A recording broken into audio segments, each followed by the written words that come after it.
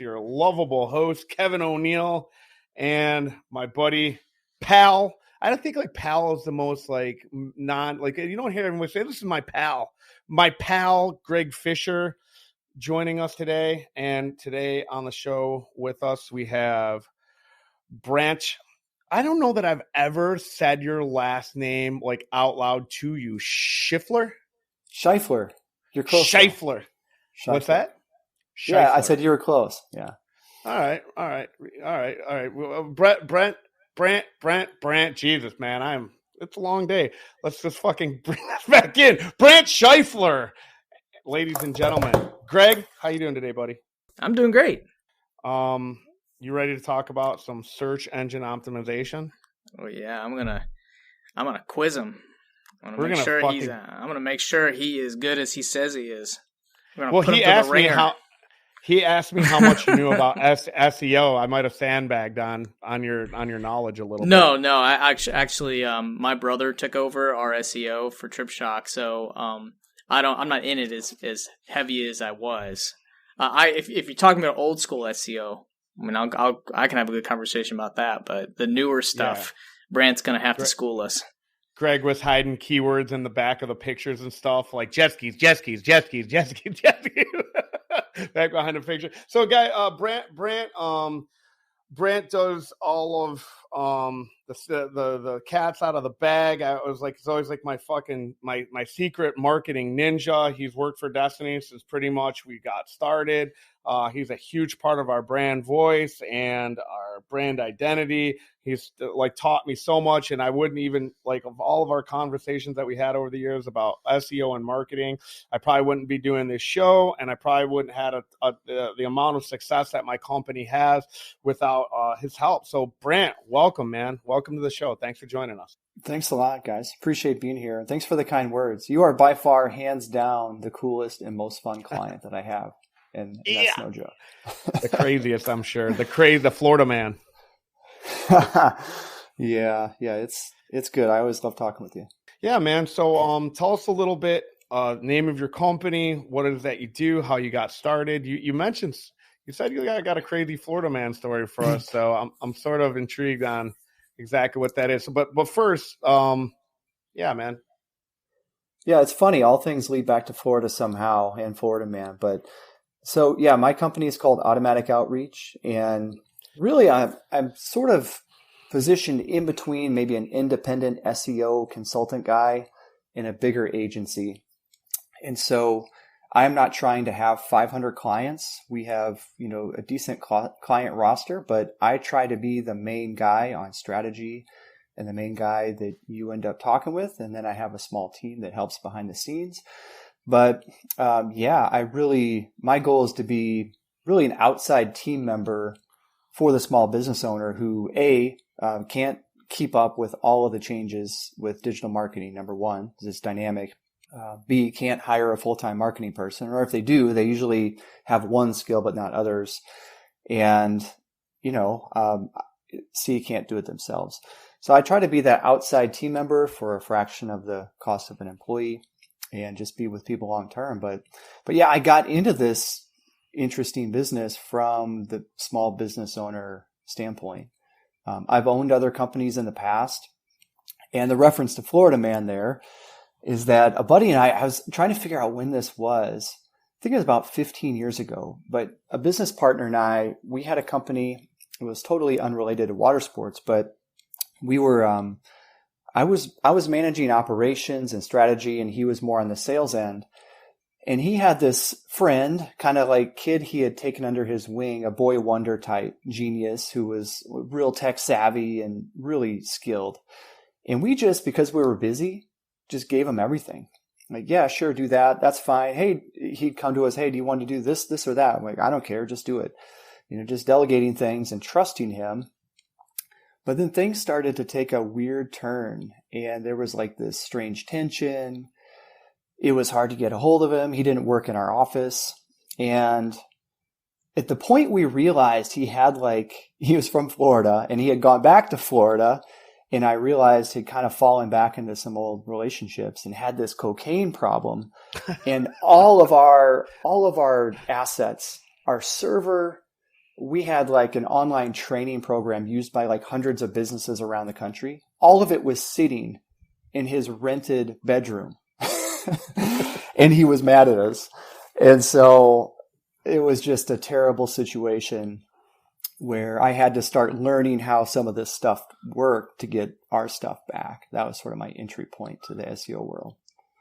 What did he do with all the equipment? Did you get it back, or did you sell it for cocaine? Or yeah, well, again, my business partner was really good at sales, and he had really helped this kid out in life at different times, and we did care about the guy, so we had to try to build that bridge, and he ended up just agreeing to give us our stuff back, and we moved it as quickly as we could. And I'm waiting for the part where you tell me that this was Kevin.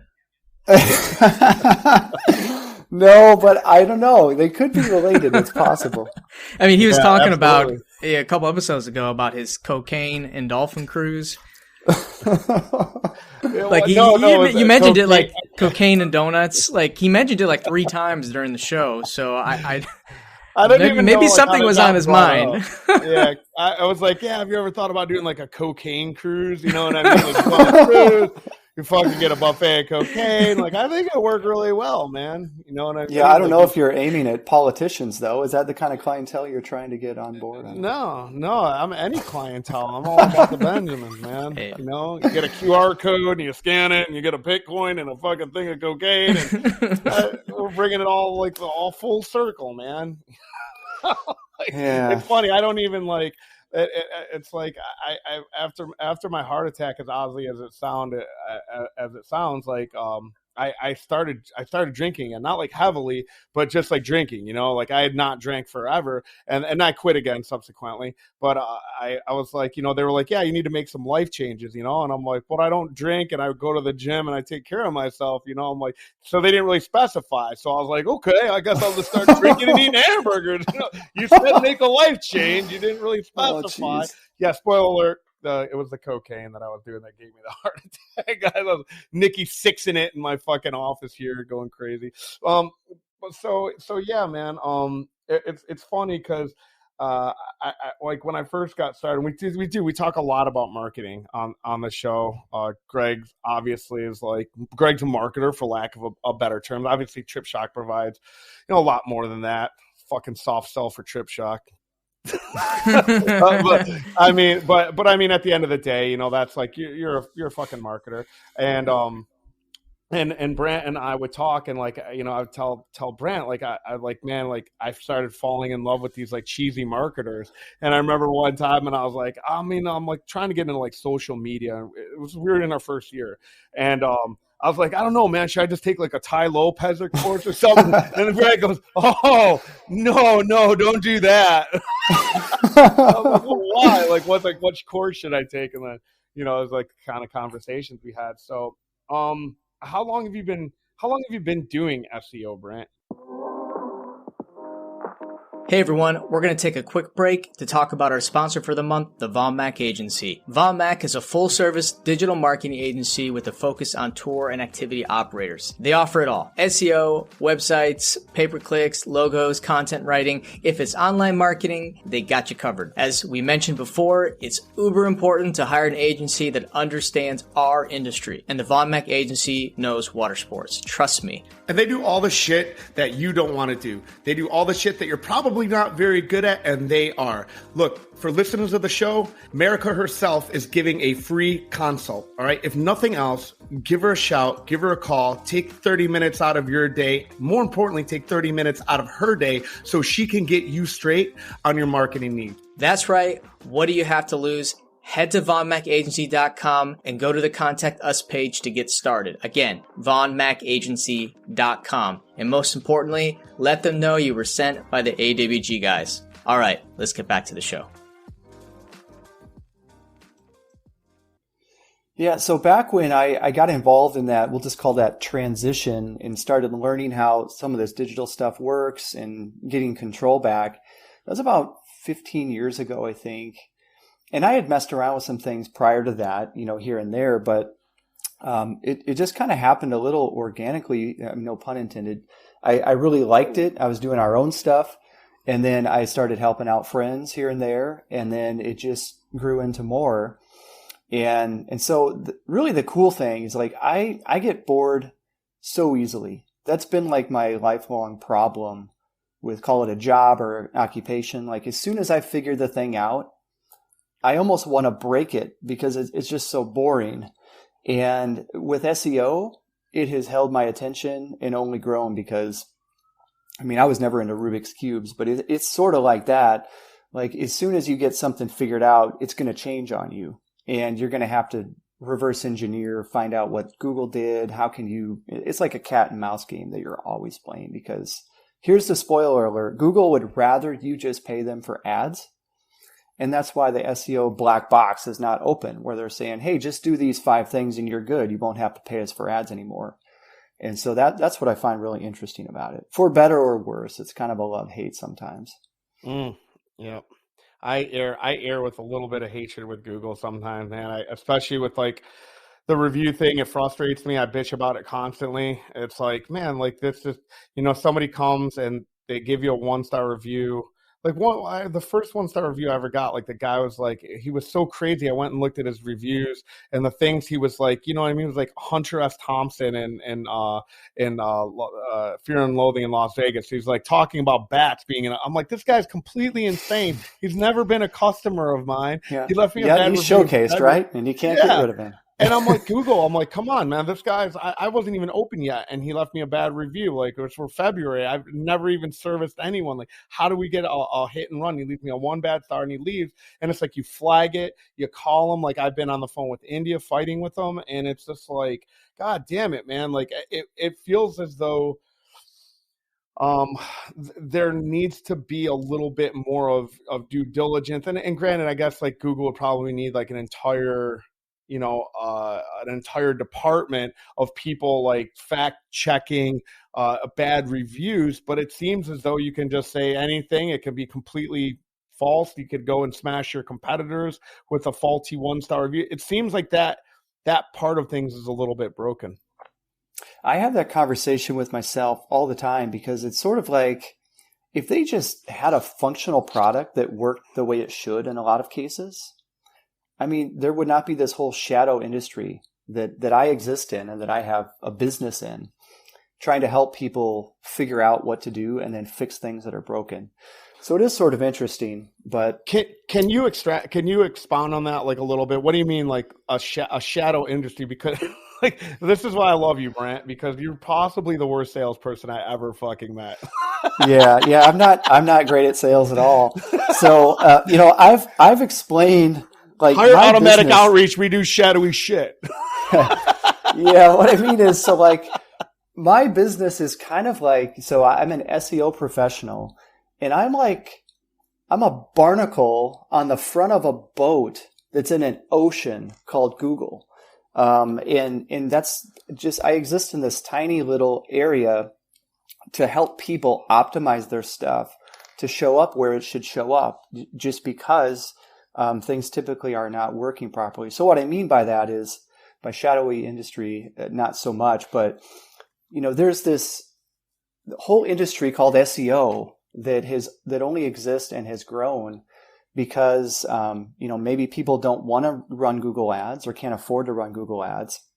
But then when they put out a quality product, they have a valuable service, it doesn't just automatically come up in organic SEO rankings like it should. And so there exists then an industry like mine where we have to actually help people understand all these rules and unwritten rules to just have their business or their service show up where it probably should show up. And inevitably, in every market and every business, we're battling. Usually there's this underdog of someone who is doing a great job providing a great service. But lo and behold, there's a shady competitor who's doing things wrong that's outranking them. And it's always this cry for justice. Like, why is this? Why is this person outranking me? I'm doing everything right. They're doing everything wrong. Oh, guess what? It comes back to Google's algorithms. And yeah, let's help you understand those so we can help you show up where you really should be showing up. That's what I was trying to say there. Yeah. And it seems as though like every time there's an update, it's like it's some new like, oh, well, like, what does this mean? And why did we lose ranking? And, like, because you see, like when I watch our organic pretty close.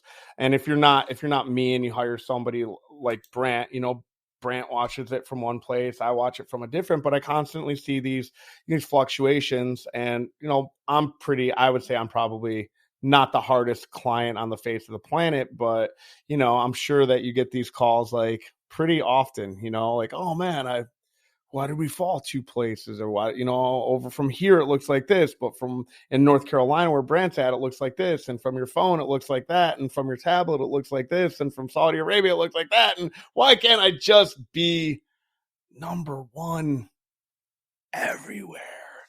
I want to take a little bit of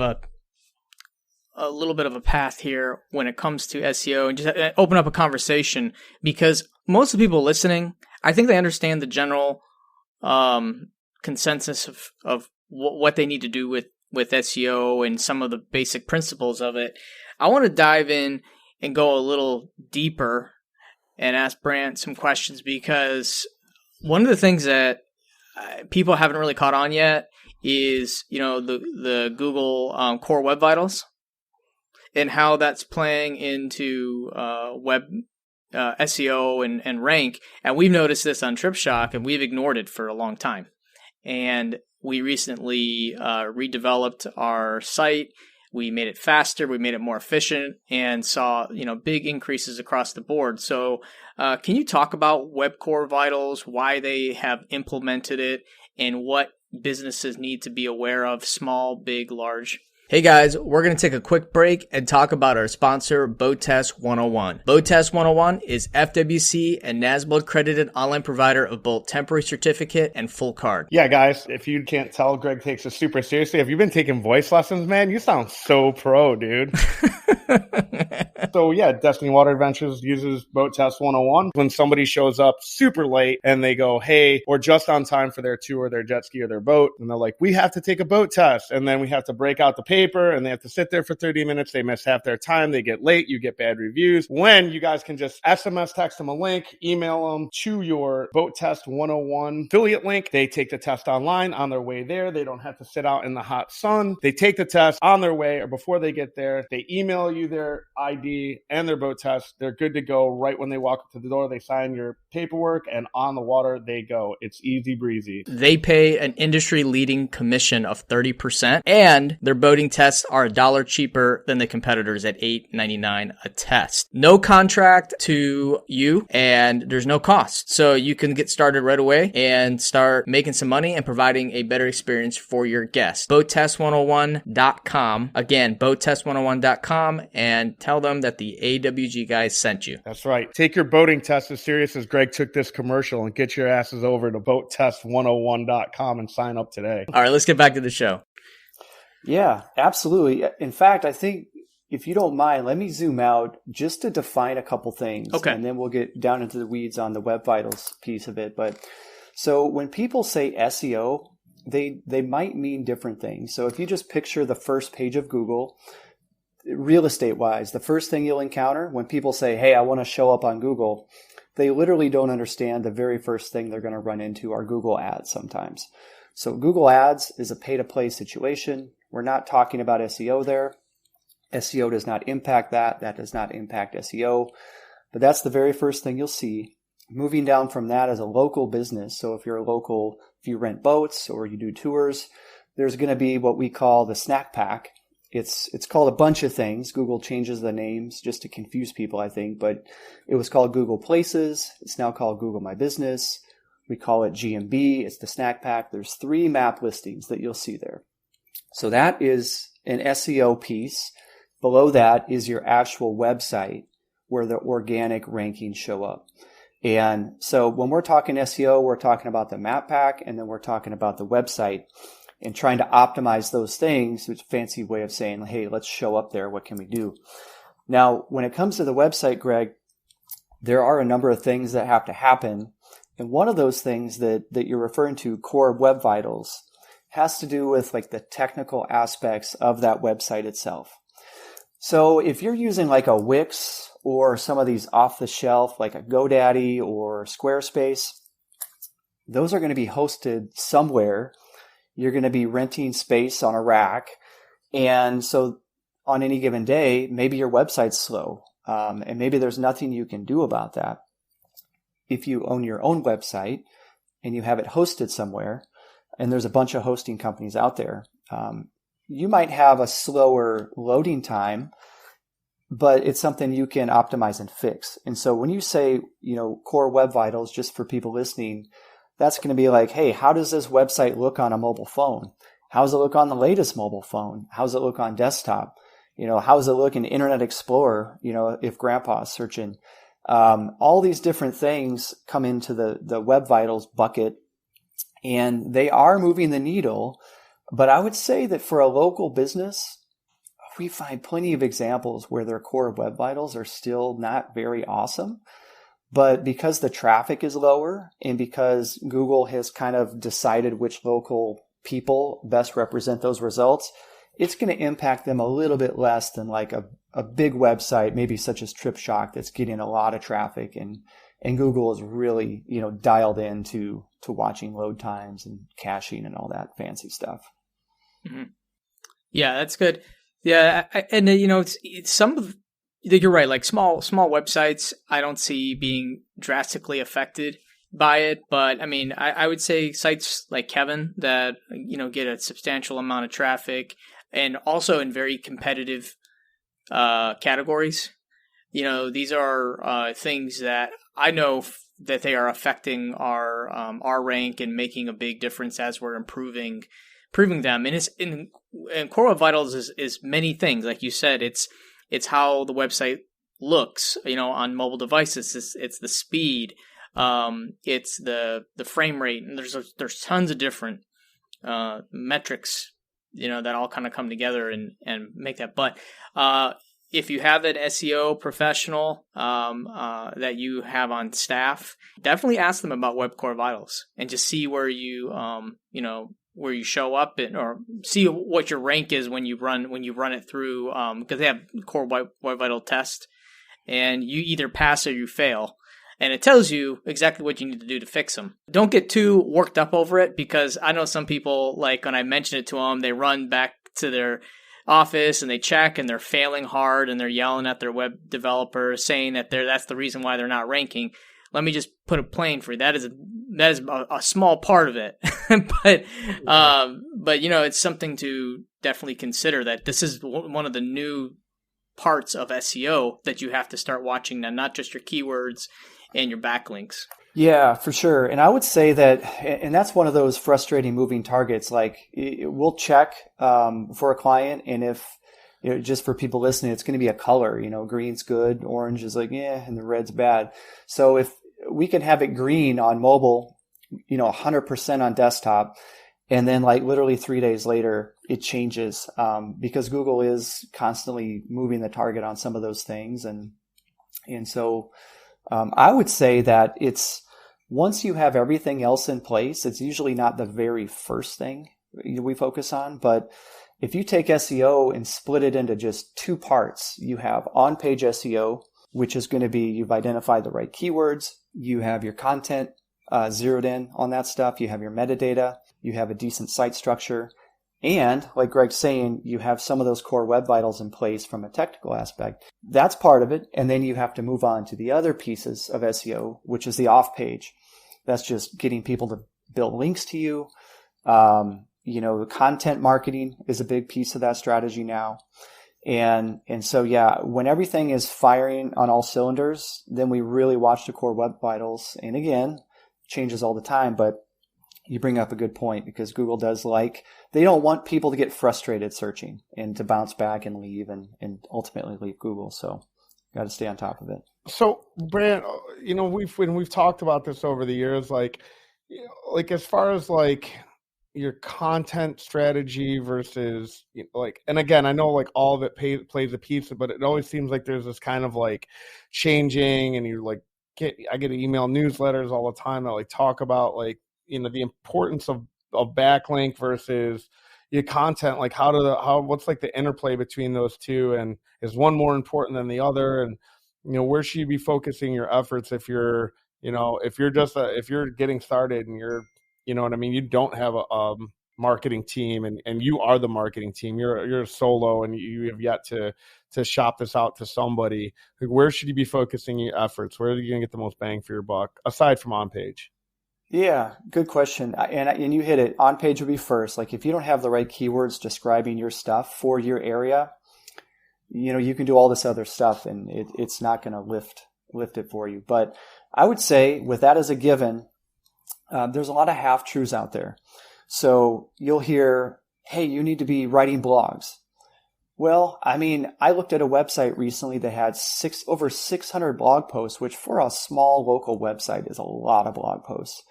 Not one of them was ranking for anything. I mean, they were all light, meaning there was nothing of substance there. They were recycled. And so if you're going to blog just for quantity's sake or without aim, I would say just save your time and money. Now, if you blog strategically about, so for example, Kevin, let's use your website. Like, we've really covered up the things to do type questions a lot recently. Maybe it's things to do for couples in Destin. Maybe it's things to do for adults. Maybe it's things to do for family. Things like that get searched. And if you blog about something meaningful with substance that has some keyword optimization, you can get a lot of bang for your buck there, especially if you have somebody in your office or someone who has downtime. Maybe they're a college student. Maybe they can write some stuff for you.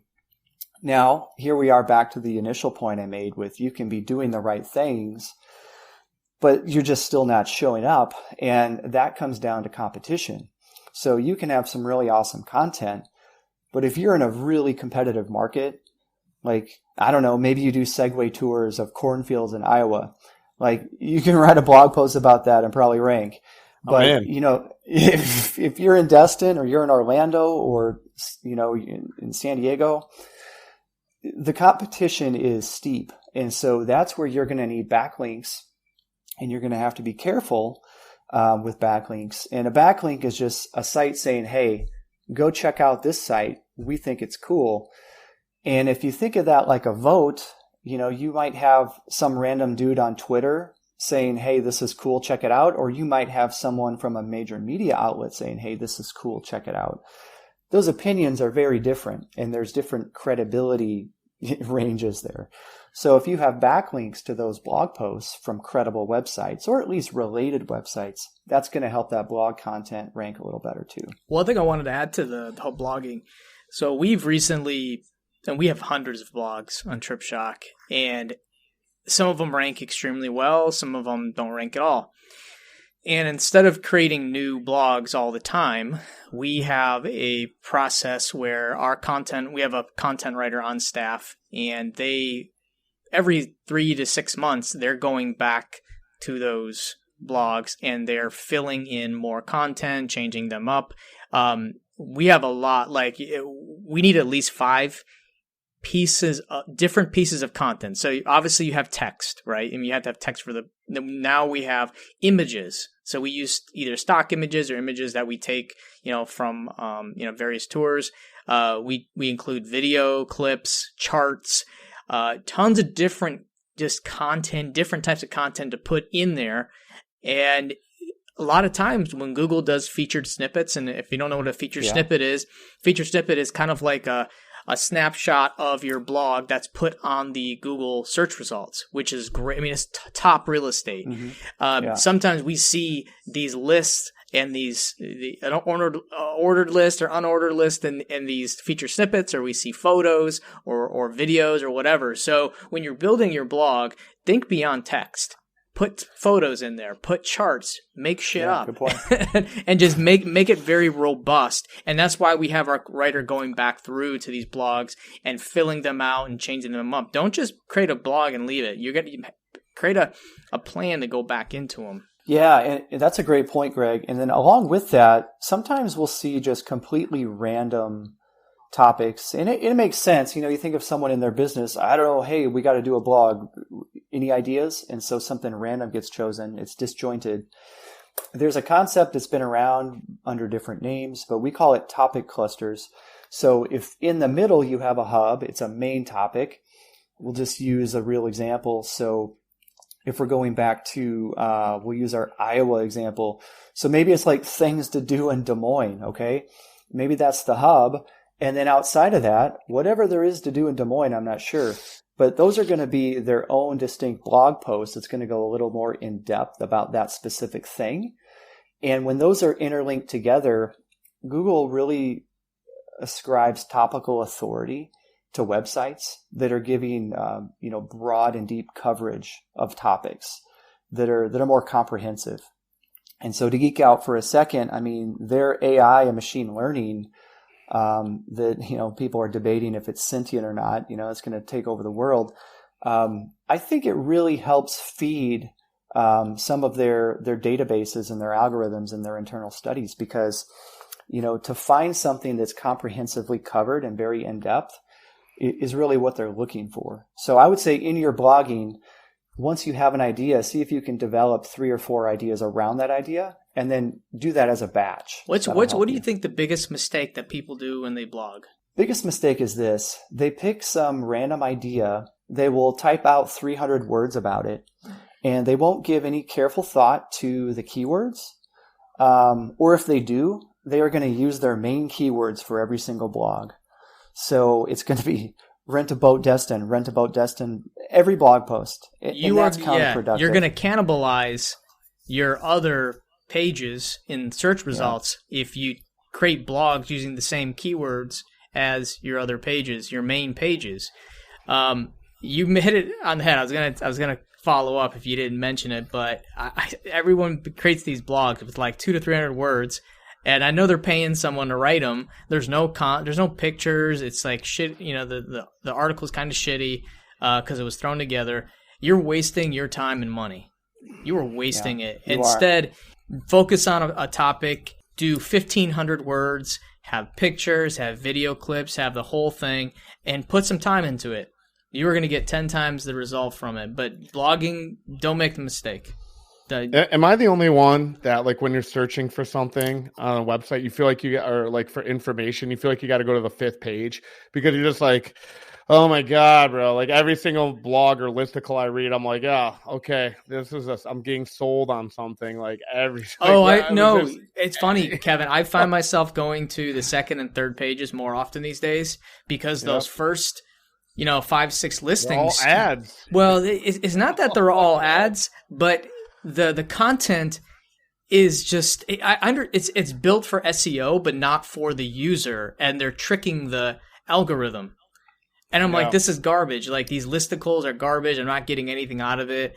And I can tell they're built just for being an SEO person. I know they're built the right way, and that's why they're ranking. But I go to I've gone to the 2nd page and found better content than I've ever have. Maybe more people will catch on to that. So just because you're not on first page of Google doesn't mean that it's not worthwhile, trying to optimize those pages. Okay, let's switch gears here, because it's something, man. It's a wonderful tool in my arsenal, and I don't think a lot of people really use it to its full advantage. And it's GMB, and I've used GMB forever, man. Like I have put content on GMB forever, and we've gone really heavy.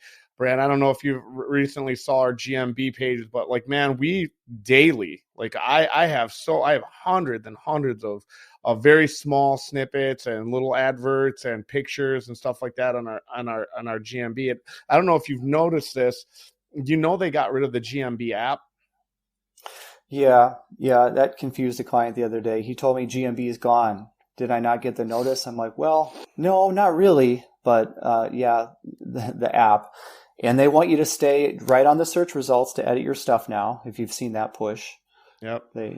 But man, that is an area that is probably the most maddening thing from a business perspective for me, but also just a user perspective. It's crazy. So when you say GMB, so everyone is clear here, we're talking about the map results on Google. Most people refer to it as Google Maps. They see 3 local results. And for a local business owner, this can drive a lot of traffic and phone calls. And the challenging thing is there used to be 7 results. And without boring people completely, there are 3 different algorithms that might be in play to determine who shows up there in those results. So long, long ago, there was something called the pure algorithm. And so when Google seeded that database, they pulled it from 411, white pages, yellow pages, like all this stuff, and they dumped it in there. And so if you had your business registered and other things like that, you would show up in those results. Maybe you weren't even in business anymore, but that's how you got there. They pivoted completely to something called an organic algorithm years back. And so it was really awesome because if we'd rank a website down in the organic results, you'd literally see the same 7 people mirrored in the map results. They would just take that listing and say, all right, they rank down here, they must be good to rank here. Well, then Google broke that and they fused them both together and said, okay, let's use some pure elements, which might have to do with your name, your location, different things like that. And then let's also look at organic results and let's see if they have high DA backlinks come in. Let's see if they're ranking. And now let's see what reviews talk about. Let's see how active people are on their listing. And so now it's this hodgepodge of variables, which inevitably in every market, you will find people that should absolutely not be ranking there. And it's the most frustrating thing in the world because that department at Google is an absolute circus. And they routinely suspend legit listings, ban listings, and there's literally no help to come by for it. Yeah, I just had a situation with TripShock. So a customer created our Google business profile and they left a review, a bad review, and then they used my corporate address, which is an office building. So when you type TripShock, there's my GMB that I want removed with a picture of our second floor office, right?